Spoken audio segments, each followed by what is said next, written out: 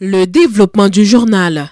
Haïti insécurité, un chauffeur de tap-tap de Saint-Marc a été blessé par balle ce matin à Carrefour-Paille par des individus armés qui opéraient dans la zone. Il a reçu pas moins de 3 projectiles au niveau du thorax et au bras. La police de Cabaret a mis la main mercredi au collet de Joseph Adrien, un présumé bandit qui avait l'habitude d'opérer dans la zone dénommée Miami Bleu. Il est accusé d'avoir commis de nombreux actes répréhensibles dans cette zone.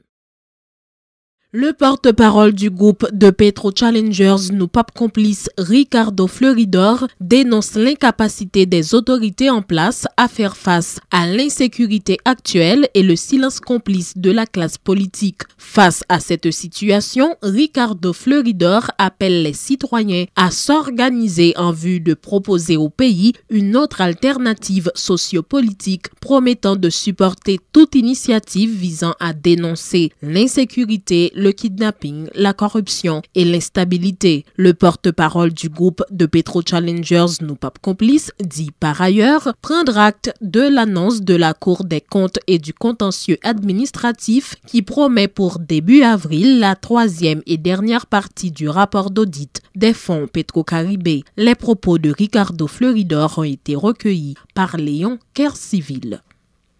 Insécurité sans pareil ça, qui sorti pour le finir avec la population. Nous considérons incapacité de l'État ça pour résoudre le problème ça, avec silence complice classe politique là, sous acte kidnapping sans pareil ça, eh bien Jean ça est là, ces citoyens qui pour organiser pour proposer une autre alternative sociopolitique à ce pays là. Parce que semble c'est tout acteur politique qui en panne l'idée, qui vise l'intérêt collectif peuple haïtien. Nous appuyons toute initiative citoyenne tête ensemble avec toute organisation qui dans la société civile là qui vise dénoncer les insécurité, corruption, kidnapping et la trier. Pour question amendement constitution, nous-mêmes nous pas complices, nous croyons que le pays n'a pas de problème constitution. Mais nous ne pouvons pas dire que tout le pays n'a pas de problème amendement constitutionnel. Parce que nous-mêmes qui défendons la bataille, qui dans bataille contre la corruption, nous réalisons effectivement si la Constitution a été amendée sous le domaine de corruption pour empêcher, c'est un président de la République qui pour nommer au monde dans l'ULCC avec l'inspection générale, et mais les conseils de corruption n'ont pas avancé. Concernant le dossier Petro-Caribé, nous avons pour des comptes annoncés à publier dans le commencement du mois d'avril qui vient là. Nous-mêmes nous prenons note, nous continuons à renforcer nous avec différents groupes organisés dans la société civile là, pour nous faire reconnaître l'importance de dossier ça a gagné dans la vie et qui est amélioration sous plan corruption que le dossier ça a capoté. Même si nous allons suivre le déroulement tout arrêt de débat avec qui va sortir dans le jugement administratif pour des comptes pour le mettre dehors. Nous ne sommes pas complices pour lever fois ça. Pour ce pas dossier type poisson seulement qui va sortir, mais pour dossier madame Intel avec monsieur Intel sorti tout, fois ça la jeunesse pas prend la main. Nous, chaque groupe, chaque monde a lancé marche sous marche. La population haïtienne n'a pas faire politique sous lui encore. C'est pour tout groupe ça organiser, mettre tête ensemble pour faire un gros marche citoyen qui pour permettre que nous faisons un mouvement dans la rue à la presse couvrir pour permettre que voix population, revendication population aille beaucoup plus loin. Nous avons participé dans la marche qu'a fait là et nous avons participé dans l'ensemble d'autres activités qu'a fait, mais nous disons qu'il faut que ça fait avec sérénité, il faut que ça fait dans un combat. Il faut que ce soit pas en désordre, chaque monde a besoin de faire des pour sortir tête parce que la population haïtienne qui souffre là, la police là en soi, il pas qu'à répondre avec responsabilité parce que une faiblesse institutionnelle, il ne faut pas toujours agir à l'improviste parce que le problème est structurel et conjoncturel. Le conflit opposant les policiers qui veulent se constituer en syndicat et le haut commandement de la PNH. La Fondation J'éclairé se prononce en faveur de la mise en place d'une commission indépendante chargée d'identifier et de proposer des solutions durables aux discriminations, injustices et actes de corruption qui rongent l'institution policière en vue du rétablissement de la discipline et du respect de la hiérarchie au sein de la PNH. De son côté, le directeur exécutif du RNDDH condamne les incidents survenus le 7 février dernier dans les locaux de l'IGPNH à l'occasion de l'audition de la coordonnatrice du syndicat controversé de la PNH, Yannick Joseph, exigeant une enquête afin d'en fixer les responsabilités. Pierre Espérance, qui revendique le droit aux policiers de se constituer en syndicat, attire toutefois l'attention des instigateurs de cette démarche sur sur le fait que cela ne signifie pas qu'ils peuvent avoir des comportements anarchiques. Le défenseur des droits humains insiste sur le fait que les policiers doivent avoir des voies de recours, mais qui ne peuvent être ni la force ni la violence. Pierre Espérance souligne par ailleurs la nécessité pour les policiers de ne pas donner l'impression de vouloir monter ce syndicat pour protéger leurs frères d'armes, accusés d'actes répréhensibles. La cérémonie de passation de bâton a eu lieu ce jeudi à l'hôtel Montana entre le bâtonnier sortant Maître Stanley Gaston et le nouveau Maître Montferrier d'Orval. Le bâtonnier sortant Stanley Gaston a, dans son discours, mis l'accent sur la signification du bâton. Il a appelé Maître d'Orval à préserver l'indépendance du barreau. Le nouveau bâtonnier Maître Montferrier d'Orval, lui, a promis notamment de travailler afin de revaloriser le métier d'avocat. Les déclarations de Maître Montferrier d'Orval. Le bâton que je viens de recevoir du bâtonnier Stanley Gaston m'autorise et m'oblige à protéger la profession et les avocats, à faire régner l'ordre au sein de la profession, mais aussi à veiller au fonctionnement de l'État et de la société. Le bâtonnier s'exprimera chaque fois que l'intérêt d'Haïti l'exigera. Chers confrères, estimables avocats et avocates, je compte sur vous pour la construction d'un plus grand barreau au service des avocats et des avocats. Comme je l'avais écrit et exposé à travers les différents canaux de communication, mon bâtonnat sera inclusif, participatif, ouvert, protecteur et innovant. Avec vous et pour vous, le bâtonnier que je suis et le conseil de l'ordre qu'il m'incombe de présider accompliront des actions pour le rayonnement de l'ordre, la revalorisation de la profession, la sécurisation, la protection et le développement de la profession d'avocat. L'urgence commande.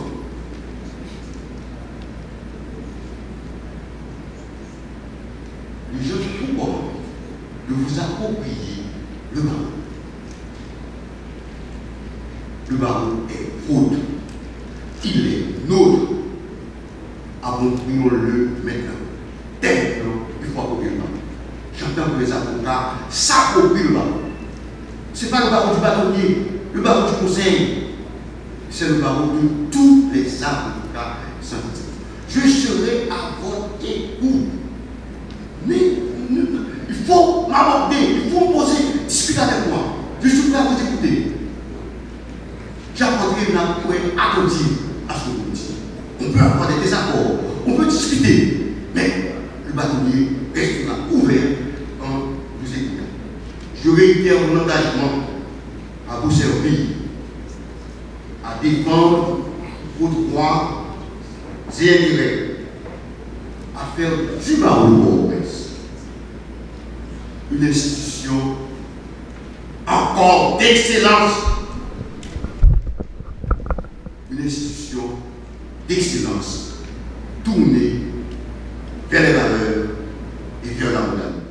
Le directeur général de la DGI, Miradé Morlan, se plaint de la baisse des activités économiques liées à la crise qui ronge le pays, contraignant du coup certaines entreprises à fermer leurs portes. Cela, a-t-il dit, a provoqué une baisse des recettes au niveau de la DGI à la fin de l'exercice fiscal écoulé et au début de l'exercice en cours. Le patron de la DGI appelle les contribuables à se mettre en règle avec le fisc, soulignant par exemple que le délai qui leur est imparti pour faire leur déclaration définitive d'impôt a pris fin le 31 janvier dernier. Très peu de contribuables ont déjà rempli cette formalité, déplore M. Morlan, précisant que les retardataires auront à payer des frais de pénalité. Miradé Morlan.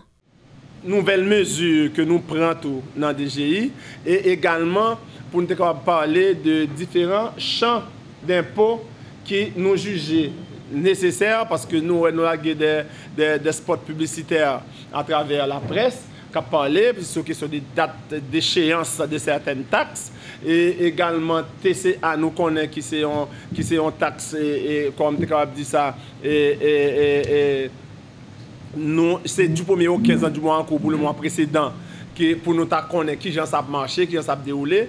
Donc moi-même jusqu'à présent 31 janvier passé, jeudi nous 13 février, nous c'est quelques rares monde qui ont fait déclaration et nous connaissons que chaque loi qui était plus temps passé on va une faire déclaration n'importe leur besoin de déclaration ça va le faire ou à payer des intérêts ou pas supposé payer ou pas même besoin tant pour gagner des intérêts pour le payer pour bagay pour te faire sous te fait dans délai légal la loi définie par ou et que ou pas payer intérêt. Donc il y a 3% sans plafond. D'accord, on va payer chaque mois sous déclaration ça, l'on pas fait dans délai qui est défini par la loi. Je veux dire, et nous allons passer dans la phase ça que le recouvrement forcé des créances de l'État. C'est la loi du 22 août 1983 qui permet de nous faire, qui s'allie, là où nous gagnons une créance, d'accord, nous joignons dans le système, ou gagnons une dette pour l'État, et bien, ou gagnons pour passer dans le DGI pour payer. Automatiquement, ou pas payer, la loi donne moins autorité pour moi inviter à venir payer. Ou pas venir, eh bien, nous sommes capables de faire une mise en demeure. Il y a un contribuable de bonne foi, il y a un contribuable également réfractaire. Contribuable de bonne foi, l'a venu en DGI, puisque nous recevons une mise en demeure, l'a venu demander et DGI qui gens capable de faire pour le payer. C'est toi et soit que lui tout font chèque pour montant, il vient payer. Ça dépend des montants. S'il pas disposé de tout comme là pour le débat, il doit demander un plan de règlement dans DGI. Là, il demande des plans de règlement, ou quand demander un plan pour payer en 2 tranches ou bien en 3 tranches, nous devons estimer que en 3 tranches, c'est en 2 tranches que nous devons capable de gagner un petit problème qui fait qu'on ne peut pas payer tout le montant, comme moi je dis nous là. Mais c'est pour passer dans le DGI, c'est pour aller à la direction de la perception, d'accord, pour aller chercher une entente avec nous dans le DGI, pour nous regarder, pour nous voir comment on est capable de payer. De son côté, le directeur général adjoint de l'institution, Lubonheur Lordan, a fait état de l'implémentation d'un nouveau logiciel, le RMS, permettant aux contribuables de se mettre en règle avec le fisc via Internet. Écoutez les précisions de Lubonheur Lordan au micro de Jean-Christophe Prophète. Donc, je nous constaté au niveau de l'administration, nous reconnaître que nous avons une faiblesse. Surtout dans la qualité de service que nous avons offert.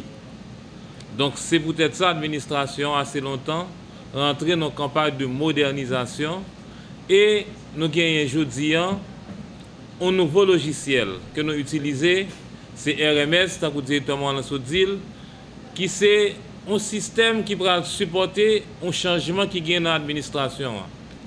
Ce n'est pas un système informatique seulement lié, c'est un système de changement organisationnel.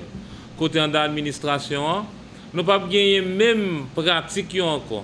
Nous pouvons changer de pratique, nous pouvons gagner de nouvelles pratiques qui sont des bonnes pratiques qui sont standards à l'échelle internationale. Donc, RMS qui s'allie exactement. C'est nous pouvons joindre l'administration qui pourra fonctionner de façon différente et façon ça nous supporter avec un logiciel informatique. RMS là, il déploie déjà au niveau de direction moyens contribuables, il déploie dans la direction départementale du Nord, nous allons déjà Fort Liberté Wanamet, nous Inch et Mibalais et actuellement nous dans DGC qui c'est direction des grands contribuables. Contrairement à un système que nous avons avant, RMS là pour les contribuables là, possibilité pour le capable de gagner un compte qui est propre à lui-même, côté là capable de suivre toute évolution, déclaration que l'il fait, tout paiement que l'il fait et tout bordereau que l'il est capable de gagner pour payer l'État. Et nous avons regardé également tout que RMS a nos possibilités dans la 4e phase là, côté nous avons gagner RMS Web, côté contribuable nous avons capable de rechitter à la Cali, il fait déclaration en ligne, il paye en ligne et lui-même a une possibilité si dossier est en règle pour les capables d'imprimer propre certificat, propre quitus, propre déclaration définitive d'impôt. Et ça fait nous-mêmes, au niveau de DGI, nous renforçons les communications, nous, tant que je dis à son exemple, pour nous capables de faire part à tout le monde de l'évolution de RMS là dans ces administrations. C'est vrai, c'est un point de presque lié. Nous ne pouvons pas étaler nos nets sous lui. Il y a un site DGI qui était disponible, nous sommes capables de consulter toutes les informations.